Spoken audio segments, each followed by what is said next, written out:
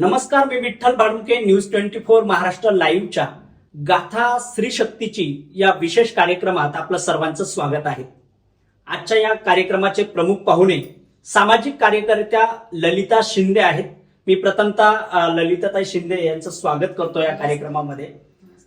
ताई, हा जो कार्यक्रम आहे हा आपण महिला ज्या आहेत, ज्या समाजाला प्रेरणादायी आहेत आणि कुठंतरी न घाबरता, न थकता, न हार मानता ज्या महिला समाजासमोर येतात, काम करतात, अशा महिलांना आपण या कार्यक्रमामध्ये बोलावत असतो. आज तुम्हाला देखील बोलावलेलं आहे. तर मला प्रथमतः ललिता ताई यांचा प्रवास कसा सुरू झाला त्याबद्दल जाणून घ्यायचं आहे. नमस्कार. सगळ्यात प्रथम मी संपादकांना आणि त्यांच्या या नवीन चॅनलला खूप खूप शुभकामना देते आणि सुरुवात करते. त्र्यंबकेश्वर मध्ये माझं जन्मस्थान आहे. त्र्यंबकेश्वर सासर माझं सातारा आहे. आणि पहिल्यांदा मी पहिल्यापासून जसे कॉलेजमध्ये असल्यापासूनच असं वाटायचं की आपण काहीतरी असं आपली ओळख आपली स्वतःची निर्माण झाली पाहिजे. हे लहानपणी होतं, पण जसं आताची जी शिक्षण पद्धती आहे आणि तेव्हाची जी शिक्षण आमची जी 90च्या काळातली शिक्षण पद्धती, त्याच्यामध्ये बराच आता पिढीचं अंतर झालेलं आहे. आता जे हे मोबाईल सगळं सोशल मीडियाचं आहे, तर तेव्हापासून असं वाटायचं की काहीतरी तर केलं पाहिजे.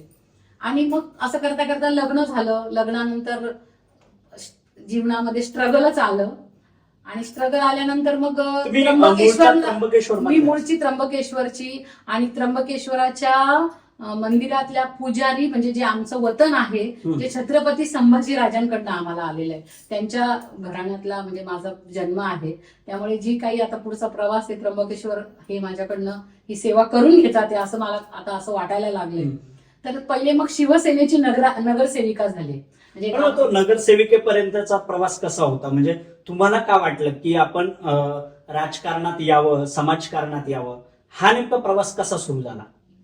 एक घटना घडली त्र्यंबकेश्वरमध्ये. मुळात त्र्यंबकेश्वर हे अतिशय धार्मिक क्षेत्र आहे, ते तर सर्वांना माहितीच आहे.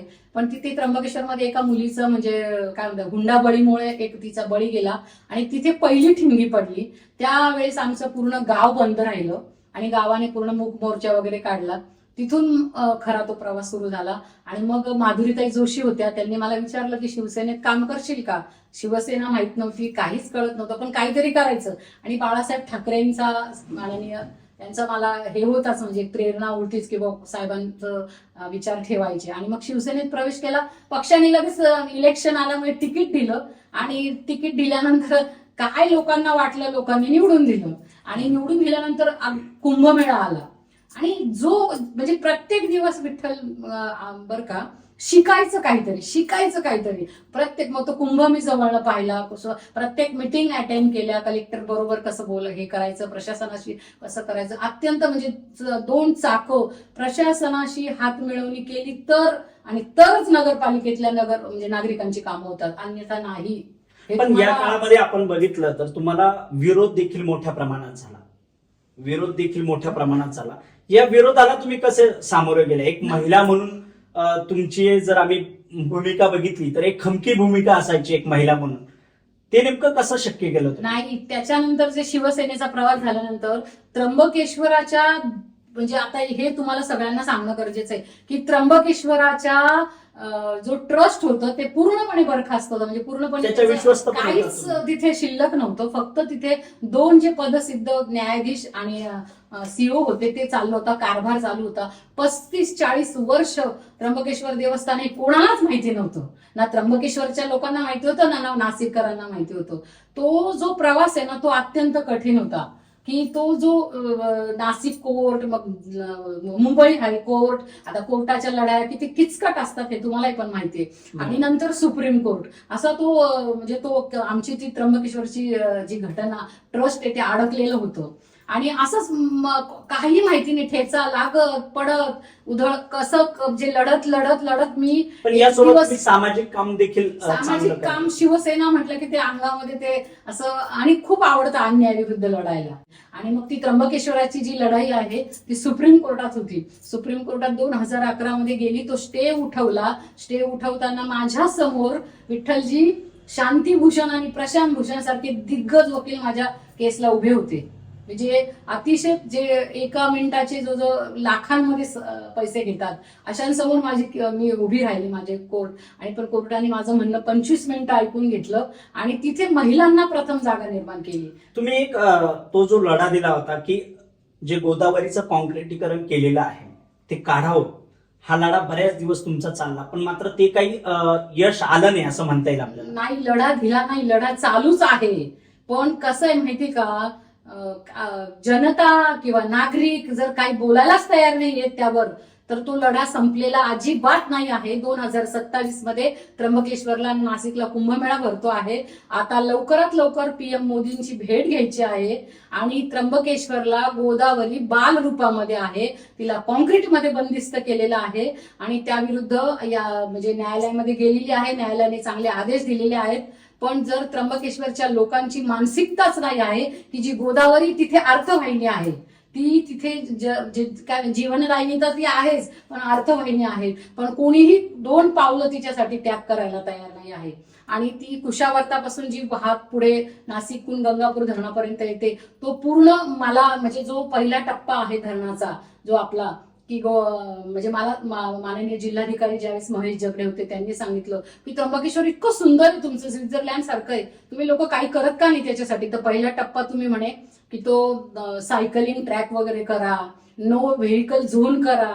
आता ह्या बोलणं सोपं आहे, पण ते होऊ शकतं का सांगा. मी त्याविरुद्ध खूप लढतीये आणि आता 27 मध्ये कुंभ आहे, तर मला कुठल्याही परिस्थितीमध्ये गोदावरीचं जे दर्शन आहे त्या येणाऱ्या भारतातनं लोकांना तिचं दर्शन झालं पाहिजे. कारण तिच्यामध्ये ड्रेनेज काय टाकतायत, पाईप काय टाकतायत, तिचे प्रचंड हाल आहेत गोदावरीचे त्र्यंबकेश्वरमध्ये. याविरुद्ध तुम्ही पण मला साथ दिली पाहिजे. नक्कीच. त्यासोबत जो महत्वाचा मुद्दा आहे तो ब्रह्मगिरीचं जी पोखरण होतीये, म्हणजे अनेक बिल्डर्स कडून त्या संदर्भात जिल्हाधिकाऱ्यांनी स्टे देखील काढलेला आहे, त्या संदर्भात देखील तुम्ही लढलात.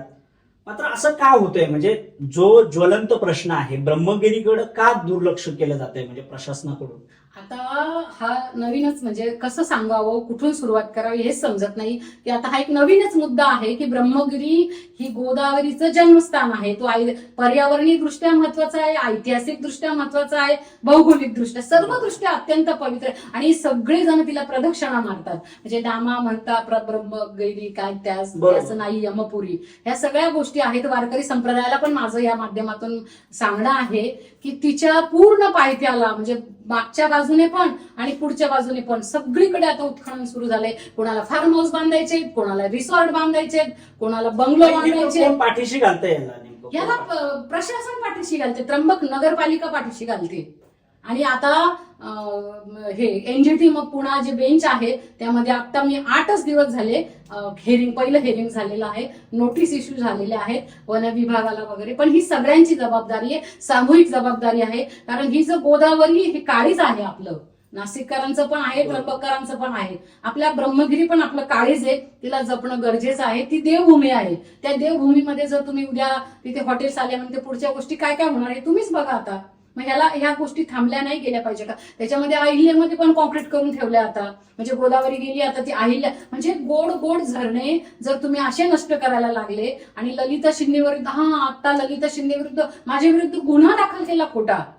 जाधव ह्या नगरपालिकेच्या सीओनी माझ्या विरुद्ध 353 दाखल करून मला म्हणजे जेलमध्ये पाठवलं. इतका त्रास मला, काय माझा स्वार्थ होता त्याच्यामध्ये. आणि कुठल्याही प्रकारचं तिथे मी ना कोणत्या म्हणजे अधिकाऱ्याला काही केलं नव्हतं, फक्त मला अडवण्यासाठी त्यांनी मला त्रास दिला.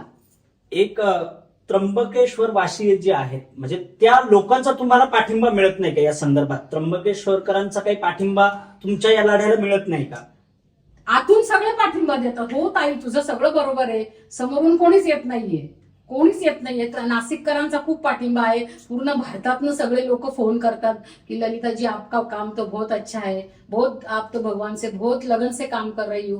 पण एक आहे, त्र्यंबकेश्वराचा आशीर्वाद आहे, तुमच्या सारख्यांचा आशीर्वाद आहे. आणि ह्या गोष्टी आणि तुम्ही असं बोलतात ना, मला एक सांगा, तुम्ही हे अस्तित्व धोक्यात आणायला लागले. टेकड्या नष्ट करतायत, डोंगर नष्ट करतायत. अरे ती गोष्ट परत मिळणार आहे का सांगा तुम्ही मला? जर तुम्ही डोंगरच आता छोट्या छोट्या, आणि तो सगळा परिसर आहे तो गोदावरीचा कॅचमेंट एरिया आहे. त्याच्यामध्ये तुम्ही सगळे गोष्टी काय डेव्हलपमेंटच्या नावाखाली हे करतात आणि ह्या गोष्टी मूळ गोष्टींना विसरून फक्त कॉन्क्रिटीकरण म्हणजे विकास आहे का, याचं उत्तर द्या मला. मग त्र्यंबकेश्वर मधले असे कोणते प्रश्न आहेत की सध्या त्या प्रश्नांकडे प्रशासनाचं दुर्लक्ष होतंय, जे मुख्य प्रश्न आहेत? हे बघा, त्र्यंबकेश्वर ही कुंभमेळा नगरी आहे, महाशिवरात्र म्हणा, संत निवृत्तीनाथांची संजीवन समाधी आहे, ह्या अत्यंत महत्वाच्या गोष्टी आहेत. येणाऱ्या आणि ब्रिटिशांनी येणाऱ्या फक्त भाविकांसाठी ही नगरीची फक्त नगरपालिका म्हणून 1858 साली स्थापना केली आहे. मग फक्त भाविकांच्या सुविधेकडे लक्ष नाही असं नाही म्हणता येणार. आता समजा कामगारांचा प्रश्न आहे, कर्मचाऱ्यांचा प्रश्न आहे, आमच्या स्थानिक कर्मचाऱ्यांचा, सफाई कर्मचारी, अतिक्रमण तर आता म्हणजे त्र्यंबकेश्वरला दुसरं कुठला काही उद्योग नगरी होऊ शकत नाही किंवा कारखाने होऊ शकत नाही किंवा काही होऊ शकत नाही, तर ते त्र्यंबकेश्वराकडे त्याच दृष्टीने बघतात. पण त्याचं एक योग्य नियोजन झालं पाहिजे. आणि खरं सांगू का विठ्ठलजी, अनुभव इतका सांगतो की एक प्राधिकरण नेमलं पाहिजे.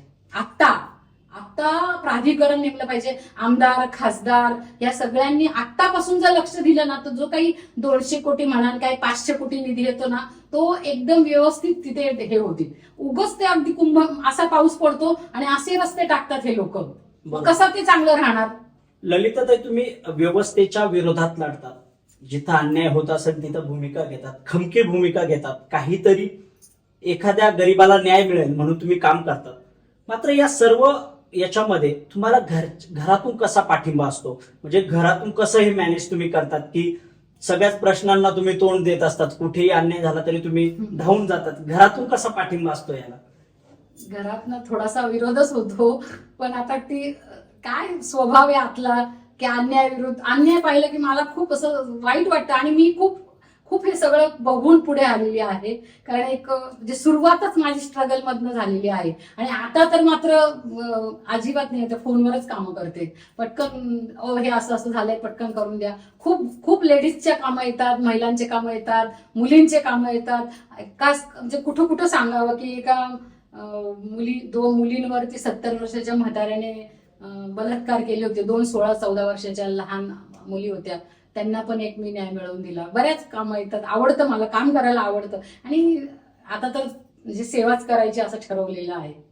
खूप आवडतं काम करायला. आणि मी तुम्हाला तुमच्या माध्यमातून स्त्री शक्तीला सांगेल की शिवशक्ती के बिना अधुरे, शिव आणि शक्ती आणि हीच प्रकृती आहे. त्यामुळे शक्तीशिवाय कुठलीच गोष्ट अशक्य. पण तुम्हाला वाटतं का असं, आपण या क्षेत्रात काम करतोय, सामाजिक असेल, राजकीय असेल, या क्षेत्रात काम करताना एक महिला म्हणून तुम्हाला काही वाईट अनुभव आले का? म्हणजे तुम्हाला असं वाटलं का एक महिला म्हणून आपण हे सगळं सोडून द्यावं? म्हणजे आपण जर बघितलं, तुम्ही घरी व्यवस्थित आहात, सगळ्या गोष्टी करू शकता, म्हणजे एक अर्थ जर असा घेतला तर तुम्हाला काही करण्याची गरज नाही. तुम्ही जर ठरवलं तर व्यवस्थित आपलं सगळं आहे. तुम्हाला असं वाटलं की आपण समाजासाठी सगळं करतोय, मात्र कुठेतरी नको वाटतंय, लोक पाय खेचतायत, कुठं असं वाटलं का, अपमानित झालं का की आपण हे सगळं सोडून द्यावं आणि आपलं घरदार सांभाळावं? हो, ज्यावेळेस आता ब्रह्मगिरीचं करत होते आंदोलन, ब्रह्मगिरीला जे सगळे रस्ते बनवणं, काय म्हणतात फार्म हाऊस, त्यावेळेस जो गुन्हा दाखल केला तेव्हा चूकच नव्हती माझी, काहीच चूक नाही. मी एक फक्त आंदोलन करत होतो, हर हर महादेव म्हणत होतो. अरे, आणि मला प्रचंड मानसिक त्रास झाला आणि घरातल्यांना खूप त्रास झाला. तो जामीन मिळवणं, त्या कोर्टाच्या बेडीमध्ये अटकवलं मला. त्यावेळेस मला असं वाटलं होतं की यार काहीच चुकी नाही माझी, आणि तरी मला ह्याच्यामध्ये टाकलं. पण नाही, जेव्हा परत असं वाटलं की नाही, आपण जर हरलो तर मग हे लोक त्याचा फायदा घेतील आणि पर्यावरणासाठी, निसर्गासाठी आता पूर्ण म्हणजे लढायचं. पण सध्या थोडं तुम्ही राजकारणाकडे दुर्लक्ष करून समाजकारणाकडे जास्त लक्ष दिलंय. मग नेमकं काय आहे, राजकारणात बाहेर पडायचा विचार आहे काय? आता राजकारणाचं असं आहे की आपण एवढं काम करतोय, पण राजकारणामध्ये काय होतं माहिती का, पाय खेचतात ते जाऊ प्लॅटफॉर्म देत नाहीयेत. खरं तर म्हणजे आता बोललं, त्यांनी समजून घेतलं पाहिजे की एक महिला एवढ्या छोट्याशा गावातनं पुढे येऊन कुंभ युनेस्को मध्ये नेलाय, कुंभला युनेस्को मध्ये नेलंय. साधी उपलब्धी नाहीये. विचार करा, आज युनेस्कोच्या इंटरनॅशनल लिस्ट मध्ये माझं नाव आहे रिप्रेझेंटेटिव्ह म्हणून. नक्कीच तुम्ही चांगलं काम केलेलं आहे. एक तुम्ही महिलांना काय संदेश द्याल? म्हणजे अनेक ज्या महिला असतात, अगदी किरकोळ कारणातून आत्महत्यासारखं पाऊल उचलतात कुठेतरी, ते नको करायला पाहिजे. प्रत्येकावर संकट येत असतात, मात्र त्यावर काहीतरी तोडगा निघत असतो. तुम्ही महिलांना काय संदेश द्याल? म्हणजे एक महिला म्हणून तुम्ही आतापर्यंत घेतलेल्या भूमिका, तुम्ही करत आलेलं काम, काय सांगाल महिलांना की खचून न जाता कसं उभं राहिलं पाहिजे? एक संदेश काय द्याल तुम्ही आपल्या या कार्यक्रमाच्या माध्यमातून? खूप छान प्रश्न विचारला तुम्ही. मी तुम्हाला त्या महिलांना, मुलींना रोज बघतोय कलियुगामध्ये की रोज काहीतरी वाईट बातमी कानावर येते, तर मी एवढंच सांगेल की आतला आवाज ओळखा, आत्म्याचा आवाज ओळखा, आणि जेव्हा कधी असं काही संकट आलं ना तर ईश्वराला शरण जा, अध्यात्माची शक्ती आपली वाढवा. अध्यात्म आपल्याला इतकं मोठं तारू शकतं, ईश्वरामध्ये इतकी शक्ती. तो जो काही तुमच्यामध्ये तो काळ, वाईट काळ आला असेल त्यावेळेस तुम्ही ईश्वराजवळ जा आणि त्याला सांगा. आणि हे बघा, हा सगळा ग्रहांचा एक हे असतो, त्या ग्रहांच्या ह्याच्यामध्ये आपण अडकत असतो, तेवढा तो वाईट काळ फक्त आपण हे ठेवायचा असतो. आत्मविश्वास ढळू देऊ नका आणि आई वडिलांवर विश्वास ठेवा.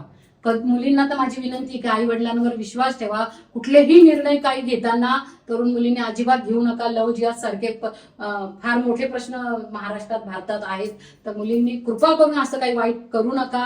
आई वडिलांना, जवळच्या नातेवाईकांना विश्वासात घ्या आणि आत्मविश्वासाने चाला. आणि अत्यंत म्हणजे सगळीकडे तुम्हाला मोठं यश आहे. आणि स्त्रीमध्ये इतकी शक्ती आहे, देवाने तिला स्त्री ही म्हणजे तिच्यात रजो, तमो आणि जे गुण आहेत त्याची स्त्रीची व्याख्या आहे. तर तिने ती शक्ती ओळखावी आपली. आणि आपण दुर्गा पूजा करतो किंवा नवरात्राची पूजा करतो आपण देवीची, मग देवीकडनं एवढं तर घेतलं पाहिजे ना आपण की देवीला तुझ्यातली दुर्गा माझ्यामध्ये येऊ दे, कालिका माझ्यामध्ये येऊ दे, आणि मग काही नाही, जग खूप सोपं आहे. त्र्यंबककरांनी तुम्हाला संधी दिली तर मुख्य असे कोणते 2 प्रश्न आहेत की तुम्ही ते तात्काळ सोडवाल? त्र्यंबककरांनी नाही म्हणणार मी, मला खरं तर नाशिककरांनी द्यायला पाहिजे. म्हणजे नाशिकमध्ये येत आहेत तुम्ही. मी महाराष्ट्र पातळीवर, देश पातळीवर काम करण्याची खरंच मला इच्छा आहे. पण त्र्यंबककरांनी जर संधी दिली तर पहिला प्रश्न घेईल की त्र्यंबकेश्वरचं जे आता जे फ्लोटिंग पॉप्युलेशन 50,000 आहे, तर त्यासाठी खरं पहिली कारवाई केली पाहिजे की स्वच्छता झाली पाहिजे त्र्यंबक नगरी. आणि त्र्यंबकेश्वर नगरीला मला हेरिटेज करायचं आहे, जेणेकरून हा सगळा जो काही ऱ्हास चाललेला आहे पर्यावरणाचा. महाराष्ट्रात कोणती जबाबदारी सांभाळण्याची इच्छा आहे तुमची? तुम्ही आता सांगितलं. मला नाही दिली संधी तर मला खरंच सांगते, मला लोकसभेत जायची इच्छा आहे, खरंच इच्छा आहे. आणि मी ते माझ्यामध्ये ते पोटेन्शियल पॉवर आहे, ऊर्जा आहे, मी नक्की ते सांभाळू शकते. पण मला ते कुणी समजूनच घेत नाहीये. मी करू शकते, मला तेवढी खात्री. आणि देव मला खूप माझ्या पाठीशी आहे, देव मला साथ देतो. आता ह्या काही प्रश्न, ब्रह्मगिरीचा प्रश्न साधा वाटला का विठ्ठल? अंजनेरीचा प्रश्न. अंजनेरीमध्ये बघा, आता तुम्ही सांगा, काहीही गरज नाहीये तरी ते 370 कोटीचा तो आता नाशिककरांनी त्याच्यावर आवाज उठवला. त्याच्यामध्ये आता जो जटायू आहे तो विठ्ठलजी वाघ, सिंह याच्या प्रोटेक्शनची यादी असते, पहिल्या यादीमध्ये येतो जटायू म्हणजे हे गिधाड, त्याचा अधिवास आहे. आणि त्याच्यामध्ये अजून एक तुम्हाला माहिती सांगते की पारशी लोकांचं तिथे म्हणजे ते आज्ञारी आहे, त्याला हे म्हणतात स्मशानभूमी. त्याच्यामुळे ते किती महत्वाचं आहे ते सगळं नष्ट करून, आणि इतके सुंदर फुलांच्या तिथे निसर्ग आहे. एकीकडे असं म्हटलं जातं म्हणजे जी आजूबाजूची गावं आहेत त्यांचं मत असं आहे की पर्यावरण प्रेमी विरोध करतात, ते कुठे ते शहरात राहतात समजा, त्यांचं मत, जे लोकांचं मत आहे. मात्र आम्ही इथे राहतोय खेडेगावामध्ये, जर समजा हा प्रोजेक्ट इथे उभा राहिला तर आम्हाला कुठेतरी रोजगार मिळेल, विकास होईल, हा देखील सूर आहे काही एकदम बरोबर आहे. त्यांना ते त्यांच्यामध्ये ते काय म्हणतात पसरवलं गेलेलं आहे. पण तुम्हाला एवढं सांगते की तिथे जाऊन स्पॉटवर म्हणजे प्रत्यक्ष जाऊन तिथे पाहणी करा आणि जमिनी कोणाचे बघा, कोणाला व्यवसाय मिळणार आहे, आणि असं काय म्हणतात नष्ट करू. आणि ते जे काही आहेत दोन्ही, अंजनेरी हनुमानाचं आहे, ब्रह्मगिरी तर गोदावरीचं आहे, तर त्या सगळ्या गोष्टी पण तिथल्या जपल्या पाहिजेत ना, कारण भाविक त्याच्यासाठी येतात. आम्ही कुठे त्यांना विरोध करतोय नागरिकांना, तिथल्या स्थानिकांना. तुम्ही तिथे तुमचंच आहे ते, उलट जे छत्रपतींच्या काळापासून आहे ते तुम्ही जपा. तुम्हाला त्याच्यासाठी छत्रपतींनी तिथे ठेवलेलं होतं. हे सगळा इतिहास आहे की तुम्ही हे जंगल राखा. ह्या तुम्ही जुन्या गोष्टी बघा, जुन्या लोकांना भेटा. मी एक जाता ताई तुमच्याकडनं असा एक म्हणजे प्रश्न घेतो हा की संत निवृत्तीनाथ महाराजांची संजीवन समाधी ही त्र्यंबकेश्वरला आहे, त्यावर पण मी ट्रस्ट. त्र्यंबकराज मंदिर जे आहे, त्र्यंबकेश्वर मंदिरापर्यंत अनेक भाविक येतात, तिथपर्यंत मंदिरापर्यंत ते फलक आहे. मात्र संत निवृत्तीनाथ महाराजांची पाहिजे तशी प्रसिद्धी कुठेतरी झालेली नाही. म्हणजे शेकडो भक्त त्र्यंबकेश्वरला येतात, ते मंदिराकडे जात नाही किंवा त्यांना माहिती नाही. या संदर्भात तुम्ही काही काम करू शकता का? नाही नाही, एकदम खरं आहे ते, एकदम बरोबरच विचारलं तुम्ही. आणि ती शोकांतिका आहे, पण आता आम्ही जेव्हा ट्रस्टी होतो सगळा विश्वस्त मंडळ, त्यावेळेस एवढं सुंदर मंदिर निर्माण झालं बघा तुम्ही. 3.5 कोटी रुपये सर्व वारकऱ्यांच्या वर्गणीतनं आणि तो जमा केला त्यांनी, म्हणजे ट्रस्टींनी. खूप सुंदर मंदिर निर्माण झालेलं आहे. आणि आता जो काही कुंभमेळा येणार आहे, तर हेच मी तुम्हाला सांगते विठ्ठलजी, की ह्या सगळ्या गोष्टीला प्राधिकरण नेमणं गरजेचं आहे. एकट्या आवाजाने काही होणार नाहीये. अतिशय जसं आता पंढरपूरला होतंय किंवा मोदीजींनी काशीमध्ये केलं, तुम्ही तसं काहीतरी मोठा विचार करा ना. जो भाविक हाच आपला म्हणजे पहिलं प्राधान्य भाविकाला दिलं पाहिजे.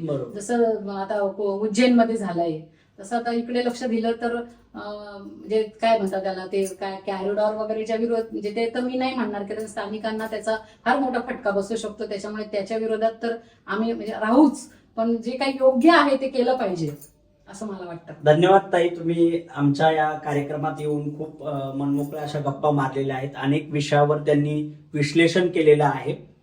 पुढच्या कार्यक्रमात पुन्हा एकदा भेटूया. तोपर्यंत धन्यवाद. धन्यवाद.